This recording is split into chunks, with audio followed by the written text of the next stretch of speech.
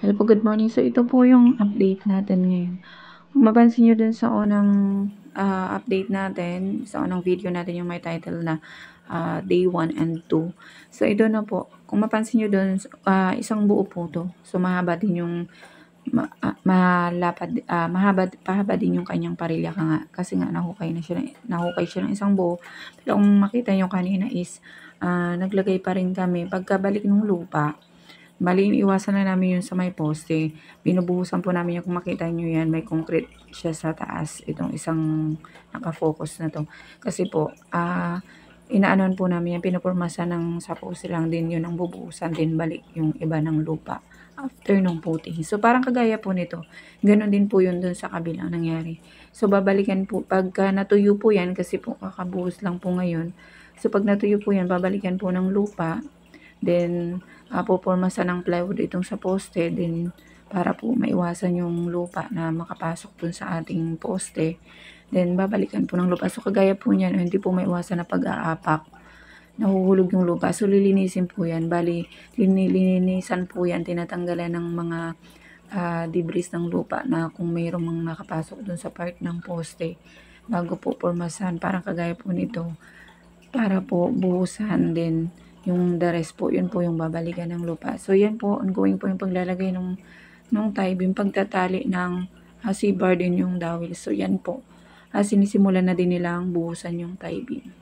So, ito na po yung nabuhusan kahapon na tie beam. So, yung dito pa lang po to sa back, sa back extension, dito sa back area, yung nabuhusan tapos ng buhusan na beam. So, ito po yung makikita niyo po. Bali, hinuhulugan, pagkatapos po hinuhulugan po muna siya. Pagkatapos po hulugan, maglalagay po ng butterboard para po sundan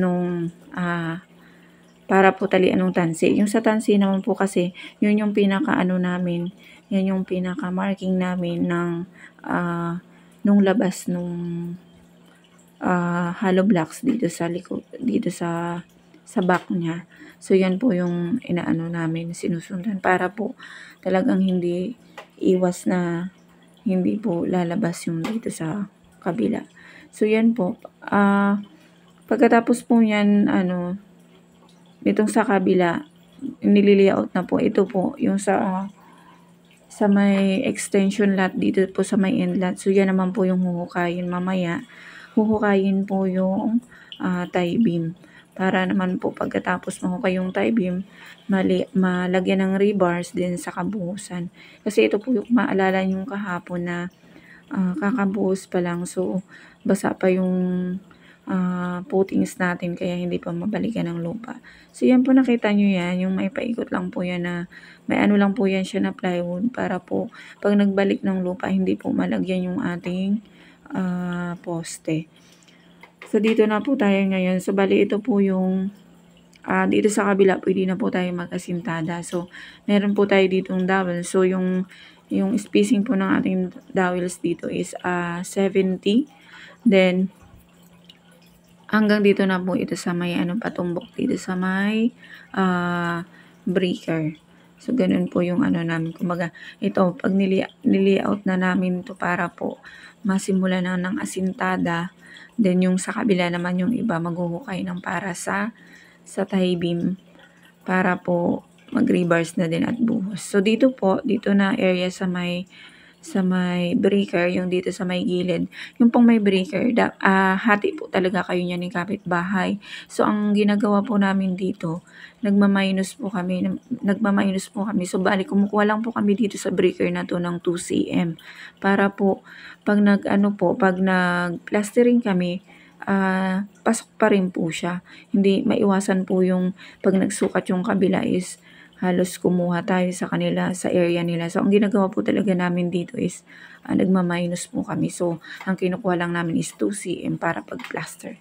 Swak pa din po. So, yan po. Ito yung po yung nililayout na ngayon kasi po simula na nga ng pag-asintada. So, ito namang sa kabila is hukay na din at saka So, yan po muna yung natin sa ngayong buong maghapon.